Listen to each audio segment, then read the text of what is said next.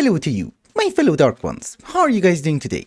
How's life? As I have already mentioned last episode, today is the day that we're going to get Antimatter. And in order to achieve that, we're going to have a massive reactor. It has a base of 15 by 15. And guess what? It's also going to be 17 blocks tall.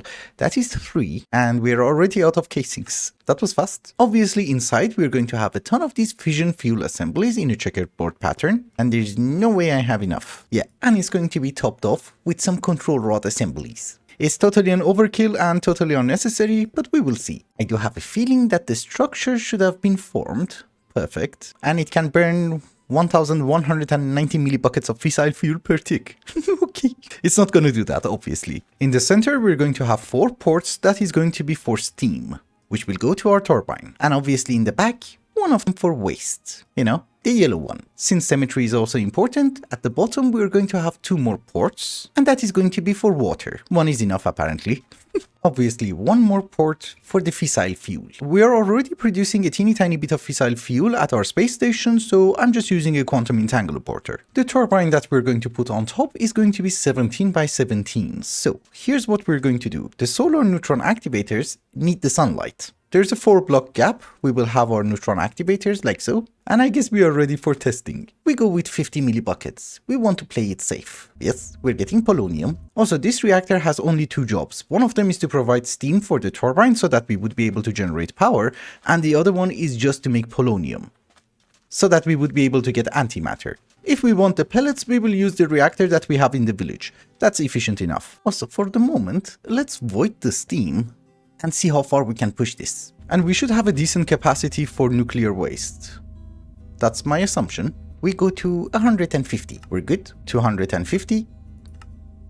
Still good. 500. It's hot, but we're good. 500 is a lot. Yeah, that's good for the moment. Now let's get the turbine. This is the maximum size of the turbine. It's 17 by 17 by 17. And yes, you can go to 18 by 18 by 18 in mechanism, but for the turbine, that doesn't really apply, because it should have a center and the rotor should go into the center. In the center, we're going to have 12 turbine rotors and 24 blades. Like so. And of course on the top, a rotational complex. In order to generate power, we need some of these electromagnetic coils, and each one of them can handle 4 blades.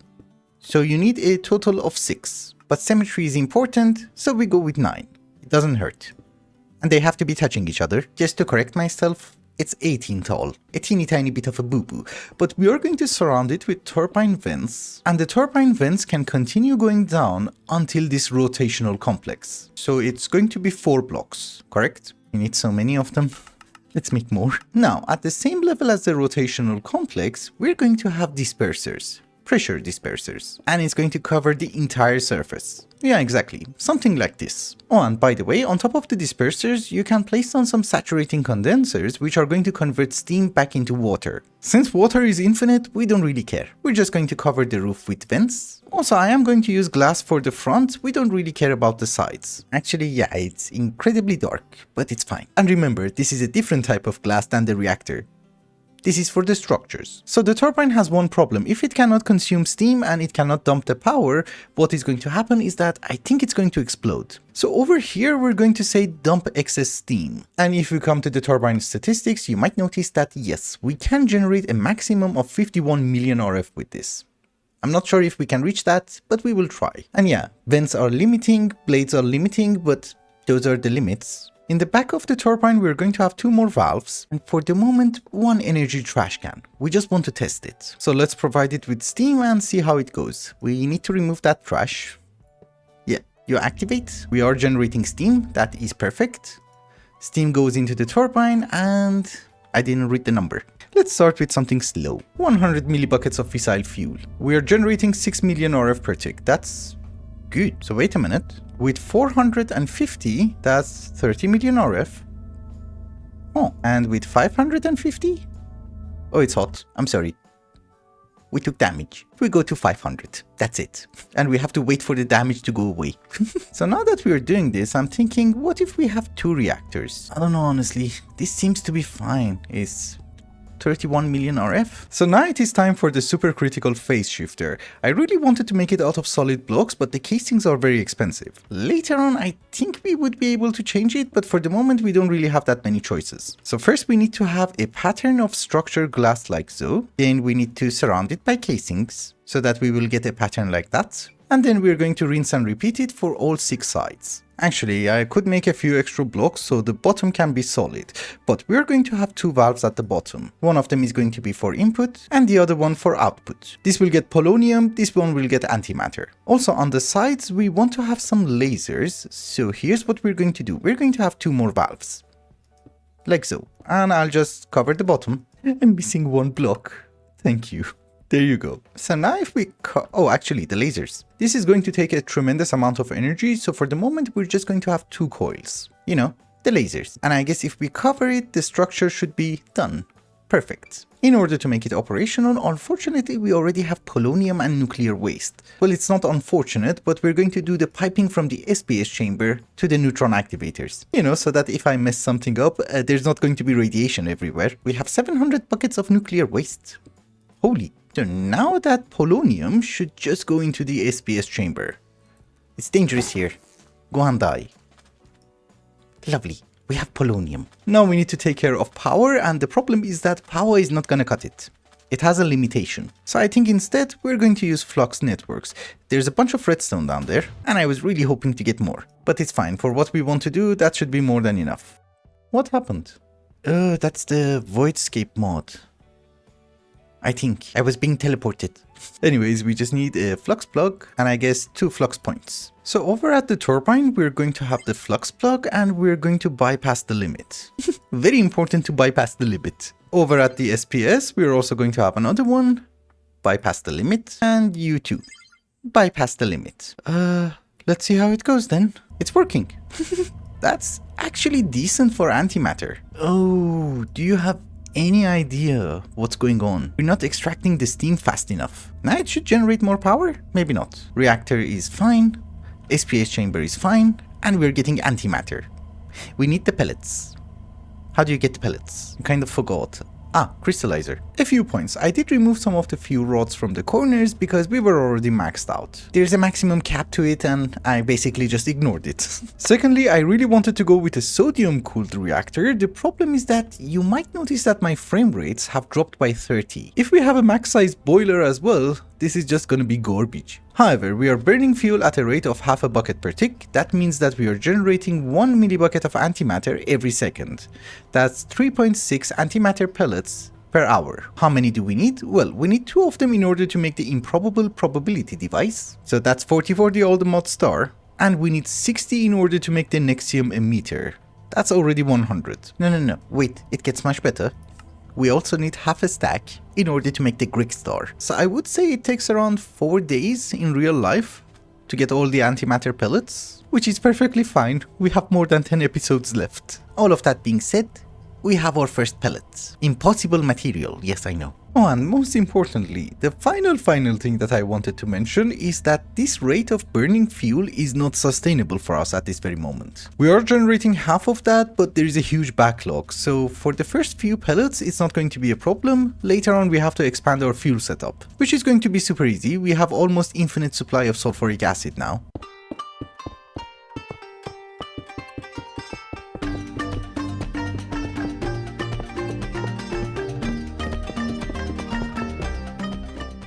Okay, I tried to cover it a little bit and I think we are going to have a teeny tiny base over here if I do manage to get over the fence. We will have corridors and we will also make fissile fuel over here. I say we are done for right now because one of the things that I really want to try is to have a Stargate here. First off, I'm not really sure if it's going to work, and secondly, I'm not even sure how it's going to work, but it's nice to have a portal there. But for the moment, you might notice that the reactor is off because the problem is that we're out of fissile fuel. We do have a teeny tiny bit left. We're making a bucket every second, which is not that bad, but we need to, I don't know, make it like go super crazy. Anyways, long story short, I did manage to get 5 antimatters, so let us try to make one of these gravitational modulating units. That requires 2 ultimate induction providers, and yes, I'm also making cells. I'm really tired of the angel ring. I'm thinking the gravitational module should be faster, because you see, this is the speed that I can fly. That's it. It's not amazing. Induction cells take a bit of time. Just let's check everything. Everything is offline. Good. Oh yeah, induction providers are expensive. I'm waiting for steel. Ew, I had 20,000 steel. I used it on the reactor. Probably. I think it's ready. What the? Oh, it's here. Okay. Gravitational modulating unit. I do have a feeling that goes inside your chest plate. Yes. And I do have another feeling. We don't need the angel ring. Can I fly? Yes. But we can also adjust the speed. My main concern was the vertical speed, and yeah, it's way faster. You can also turn it off. I don't know why you would do that. But if you guys remember last episode, we also tried to make some dimensional seeds. We have 13 and we should be able to order, I think, 3 more. Then again, maybe not. I'm very sorry. We can order 1 more.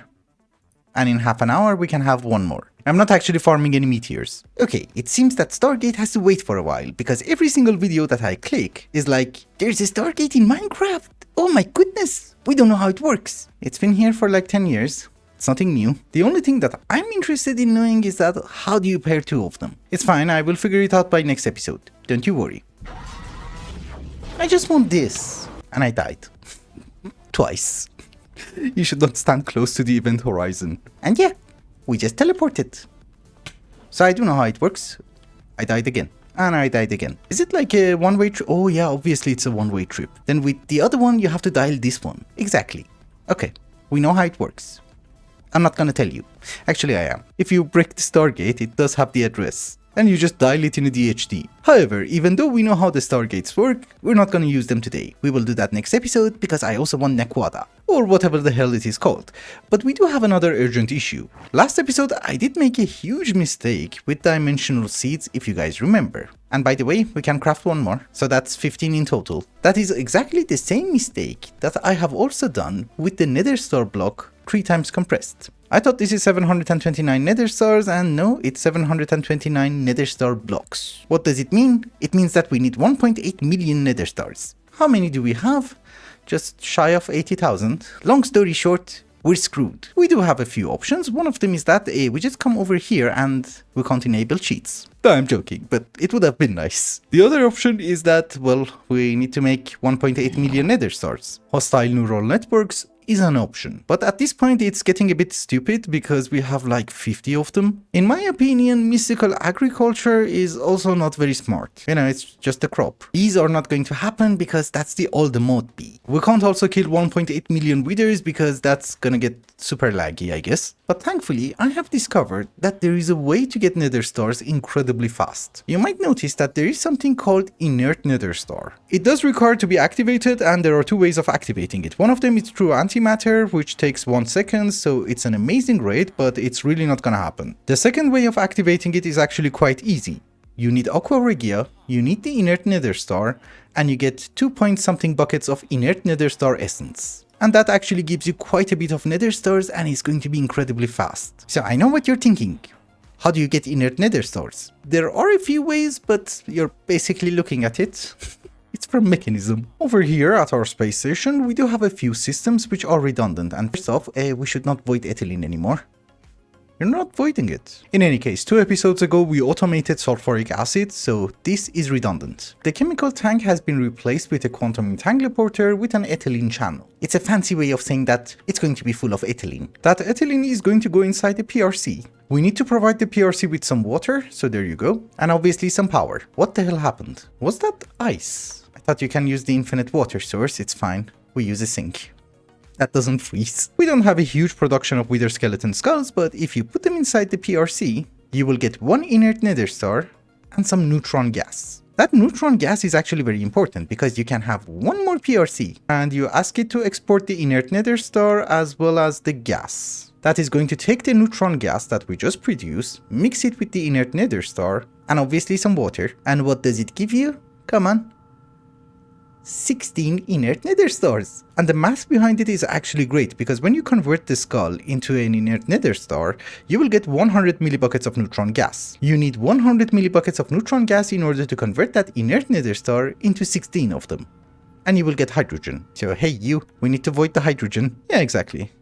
Dumping excess. Oh, and by the way, that was not the maximum speed. The machines have not been upgraded yet. So in this way, I'm assuming it's going to work way faster.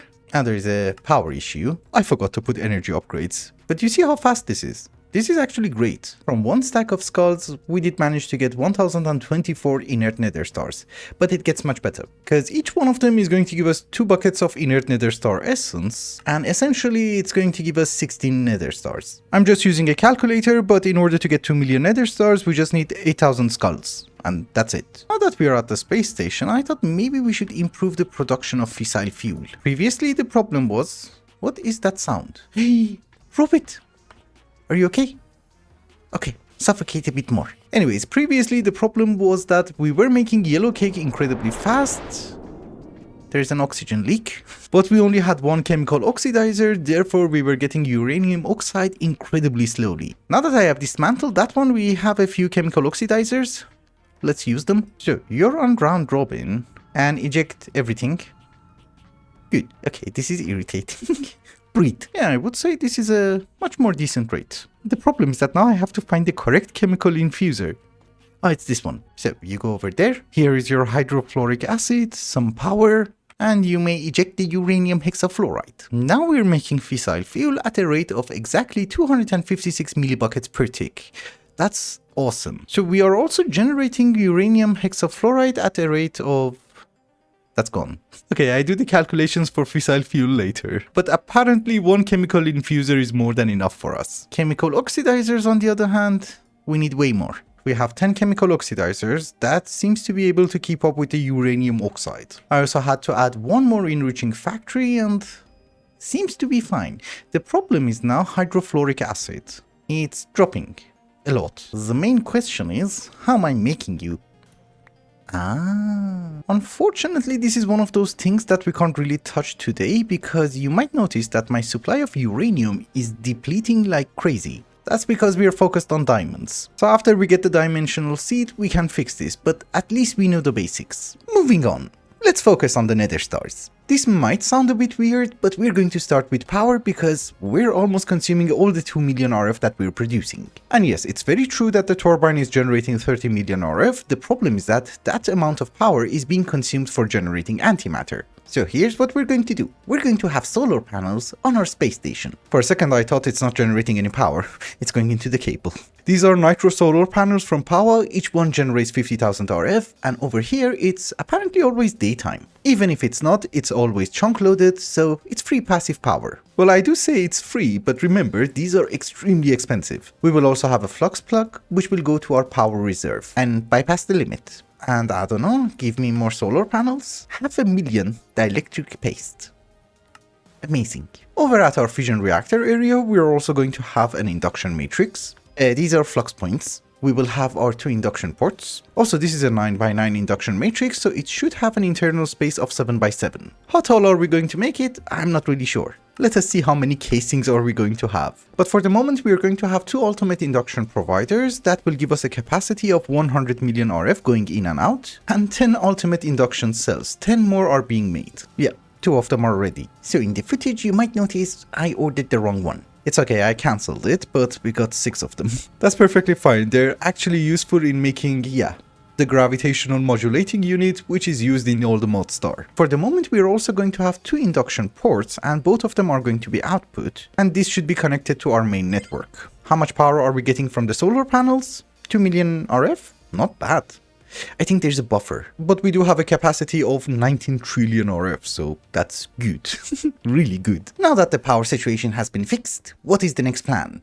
Well, we need aqua regia. I have found a decent recipe which is really not hard to achieve. The problem is that it required methane. And even though I'm lactose intolerant, the amount of methane that I get from consuming cheese is negligible. So down here we do have an extra chemical reactor which is processing some refinery gas, and it's generating us methane. It's actually not that bad. And over at our chemical plant there are a few fluids that we have to craft. This is a network receiver from our refined storage, and we're going to hook it up into an interface like so. And what we want it to do is to have some fluoride on the go. You just put 1 stack in and it's always available. It will basically act like an export bus or a chest. You know, you can have more slots so that you have more items available. These machines are going to take the fluoride and give us hydrofluoric acid. That is also used in the production of fissile fuel, so that's something that we need anyways. The next item on the list is that we are generating a crazy amount of chlorine over here, and we need to convert some of that into fluid chlorine. So we will have some rotary concentrators. There should be a channel for chlorine, yes. And I think for the first time in my life, I have placed these ones correctly. We're getting liquid chlorine. Wait a minute. We're not getting any power. Oh yeah, that was my boo-boo. Instead of a plug, I put a point. But now we should have power? Yes. This chlorine that we're getting over here is a fluid and it's not a gas, so we should be able to put it inside the dimensional tank and use it later. Now that we have all the fluids, what do we do? Good question. We have a large chemical reactor and it is also set on circuit number 24. What does it do? It takes the methane, it takes the chlorine, and it also takes the hydrofluoric acid and doesn't do anything. Oh, this is the wrong kind of acid. Oops. This is a gas. Well, we just need to convert it into a fluid, so a rotary condensator. And I guess you go over there and output to the rotary condensator. There is a chance you're facing the incorrect way. Yeah, exactly. Now we're getting the actual liquid hydrofluoric acid. Now the chemical reactor is working, and every 7 seconds, we're getting 12 buckets of hydrochloric acid, which we need for the aqua regia, and we get tetrafluoroethylene. The hydrochloric acid which we are producing over here goes into our system, and remember, we need it in order to make aqua regia and we need it in order to make nether stars. The tetrafluoroethylene goes inside the chemical reactor and we get go to hell, which is also being imported into our system. We do have drawers for both, so it's not going to be an issue. Now comes almost the final step. Aqua regia. We need nitric acid. I love nitric acid the most because it's just a combination of hydrogen, oxygen and nitrogen. So there you go. It's working, and yeah, we're getting nitric acid. Perfect. And also water. So apparently you cannot lock the output hatches, so we have to come up with our own systems. Obviously, we don't want water. What we want is the nitric acid. First time I got it in a bucket. And I guess we just lock the drawer? Dude, yes. Locking mode. Thank you. So water is going to be voided, nitric acid goes into the drawer. Not to bore you to death, but in order to make the actual nether star, one of the steps that I forgot was polyethylene pulps. That's the actual thing which is going to give us the nether star other than the nether star essence. So over here at our oil processing center, I'm taking some ethylene, I'm using chemical reactors, I'm converting it into polyethylene, I'm converting that polyethylene into blocks, and we're macerating it. And all of these pulps that you see are a potential nether star. And I'm really running short on everything related to GregTech. But I think we just need like 2 machines. That's it. Can we put everything in one chunk?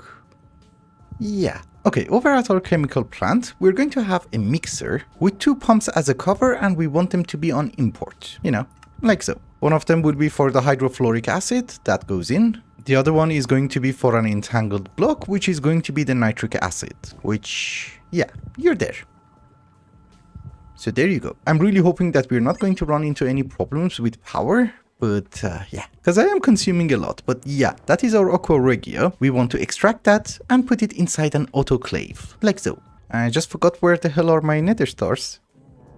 Oh yeah, here. Makes sense.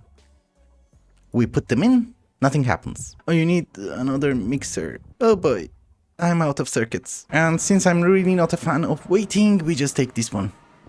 Who cares? Yay! Now you're working. Inert nether star essence. Also, I don't really want to exceed that height limit, so the autoclave comes here. Yeah. Why not? Okay, the final step was a bit complicated. I get the aqua regia, I put the inert nether stars in, and we will get nether star essence. Then we need to mix it with the polyethylene pulp, and we get nether stars. And look at the speed. That's good. However, we don't really want it to go into our system that fast, so we are going to have a conveyor module and a compacting drawer that should compress it for me. Exactly. I'm also going to have a QIO exporter which is going to export the inert nether stars. How fast are we gaining nether stars? That's super crazy. Oh my goodness. And I'm assuming everything should keep up. It's just that we need 8,000 wither skeleton skulls. That's the only problem. Every 3 ticks, we're getting a nether star. I know that sometimes you do tell me that my setup is not the most efficient way of doing that and we could have just used mystical agriculture, but remember something very important. The setup that we have made today is giving us a nether star every 3 ticks, And it has also forced me to automate polyethylene, polytetrafluoroethylene, nitric acid, sulfuric acid, hydrofluoric acid, and everything we need for the fissile fuel. And also kind of made me bankrupt, but we don't care. We have everything. For getting the skulls, I do have a good solution. It depends how many eggs we have. Oh, we have 7. I'm gonna farm the skulls manually because I have warp hole and, well, we're going to get a ton of heads. We just switch the spawners and we get tons of wither skeletons. Are we getting heads? No. I'm picking up the heads. My magnet is on. Yeah, now we're getting heads. That's a good rate. Okay, so we do have a decent supply of skulls. And yes, I do understand that I said it's 8,000, but we have also the fragments. 9,000 of them. Well, that's also going to give me a decent supply of skulls as well. 7,900. That's actually more than enough. The only thing that we are going to do is that we're going to import every single skull into our QIO network. It's going in, right? No. Now it should go in. Yes. And over at our station, we're just going to export it into a PRC. Exactly. Now it is fully automated. We should be able to go back home. Actually, let's go and check out how many we have. 16,500. That's not bad. Remember, it was out of skulls, so yeah, it wasn't functioning. Just before we wrap up today's episode, 11 million LP. I added some runes of the orb and I was not really expecting that much. Anyways, I was going to say that before we wrap up today's episode, here's what we're going to do. We're going to first have some diamonds, and with the amount of diamonds that we already have, we can make 2 more dimensional seeds. That brings up our total to 17. Come on, you can do that. Thank you. While I was waiting here for the meteors, we had enough blood in order to summon 1 more, so we summoned a total of 12. I should have infused that stupid builder. Next episode. But I guess with the number of diamond blocks that we have, oh yeah, can we have 2 more? No. But very soon we should be able to have 1 more seed. Remember, we're getting a ton of diamond ores and they have to be processed. And I'm assuming 12 meteors has caused a huge backlog. 4,500 diamond ore. It's not that bad. I need 1,000 more diamonds. Hurry up. Yes, finally. So that is exactly 18 dimensional seeds. That is all we need in order to make all the mod stars that we need, but I also want to get 2 more, just in case we want something creative. But in any case, we will get it by next episode, so dimensional seed is off the list. And since I think this episode is getting super long and I'm extremely exhausted, we're just going to have a few simple graves. Because you know, for you, it was just placing down blocks, I had to craft them. So first off, we do have a name for our little friend over here. Nikodos, and wish the person for a very fast recovery. Then we are going to have a grave for Mr. Brett, Stefan, Water Guy, who also asked for a few reading materials, so here are some books. And the final one for today is Dark Rewriter, asking for a sunflower. Well, I'm sorry, that way is east, I guess. And 1B, come on, stay here and have fun. And I guess in the meantime, I should AFK for some antimatter. Let's have a chemical tank, you know, so that we would have a buffer. This is for gases, and export is on. Cool. We just need to turn on the reactor and wait for a bajillion years. So something very important, I have been AFK here for a while, and well, why aren't we running out of fissile fuel? Oh, now you're starting to run out. Okay. That took a while. Another thing is that I have realized we need way more power. Because you might notice that during the night, the SPS chamber is not really working, and all the power of the turbine goes inside this induction matrix, correct? Which is good. The problem is that in the morning, we're screwed. Let's take a nap, and I'll show you. Yeah, we're extracting 104 million RF per tick. So that means the rest of the base, which is using flux points, is really not getting any power. So I guess let's get more solar panels. Can I have 60? You're missing 55,000 lapis. Holy. Can I have 50 more? That is possible. That's actually going to consume so much resources that it makes me so happy. Also diamonds, not so much then. We already have 15, so that will bring up our total to 65. I can set the turbine on a different channel, I can put limits for the SPS chamber, but more power is never a bad idea.